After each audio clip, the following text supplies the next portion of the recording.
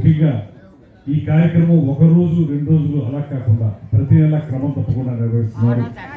ఎన్నో వ్యయ ప్రయాసాలకు వచ్చి ప్రతి నెల ఈ 6వ తారీఖున ఈ కార్యక్రమాలను నిర్వహించడం ద్వారా అబ్బాయిని జ్ఞాపకం చేసుకునే విధంగా ప్రతి ఒక్కరు కూడా అదేవిధంగా వారి యొక్క కళాసేవని గుర్తుంచుకునే విధంగా చేస్తున్నటువంటి ఈ సేవని మనందరూ కూడా శ్లాఘిస్తూ ఇలాంటి మంచి కార్యక్రమాలు చేసేటప్పుడు అనేక వ్యయ ప్రయాసాలు కోరుస్తారు.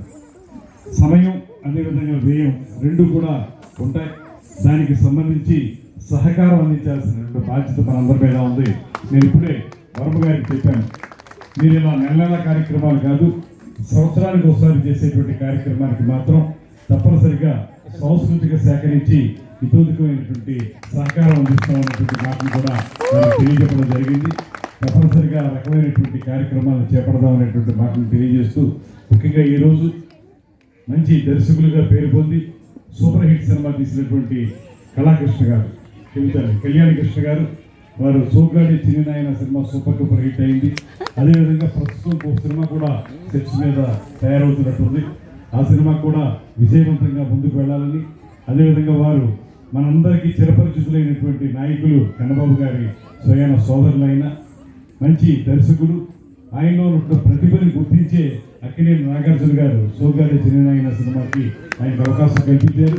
ఇచ్చినటువంటి అవకాశాన్ని సద్వినియోగం చేసుకుని సినిమాని సూపర్ డూపర్ హిట్ కూడా చేశారు.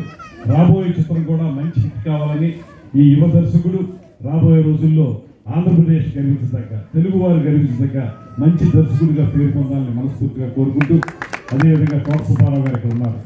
తోట సుబ్బారావు గారు ఇక్కడ తన జీవితం యావత్తు కూడా ఇక్కడ ఈ ప్రాంతంలో ఈ ఆలయాల నిర్మాణం గురించి కానీ మొత్తంగా ఇక్కడ ఆధ్యాత్మిక చింతన ముందుకు వెళ్ళే విధంగా కానీ ఆయన చేస్తున్నటువంటి సేవని మనందరూ గుర్తించాలి.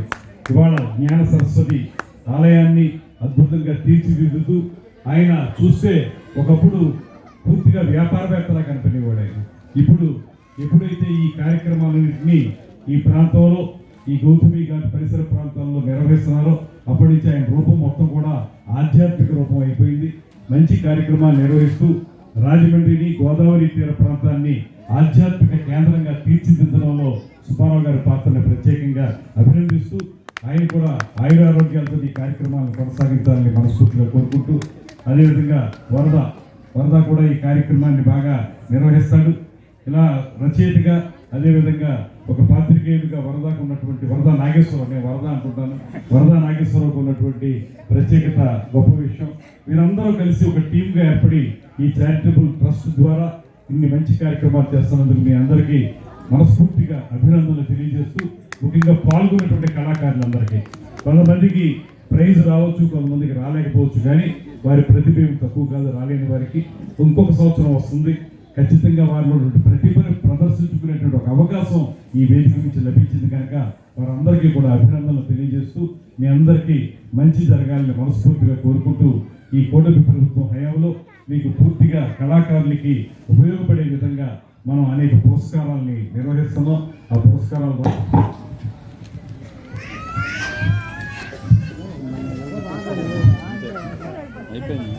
మేడం మీరు తప్పుకోవాలి మేడం, సైడ్గా ఉండండి మేడం. మొబైల్ తీయండి సార్, ఎలా చూడండి సైడ్గా ఉండండి అన్న ప్లీజ్.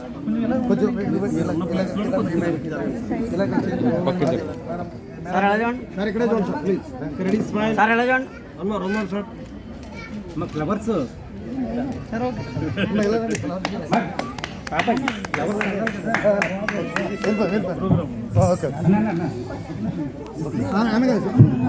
అందరూ క్లాప్స్ పెట్టాలండి.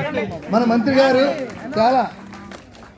చాలా సౌకర్యాలు, అందరికీ చాలా ఉపయోగకారి, అందరూ చాలా సౌమ్యులు. దుర్గేష్ గారిని సన్మానించి కూడా ఈ ట్రస్ట్ తరఫున ట్రస్ట్ చేసుకున్న భాగ్యమని తెలియజేసుకో అవకాశం ఇచ్చిన వరకు ధన్యవాదాలు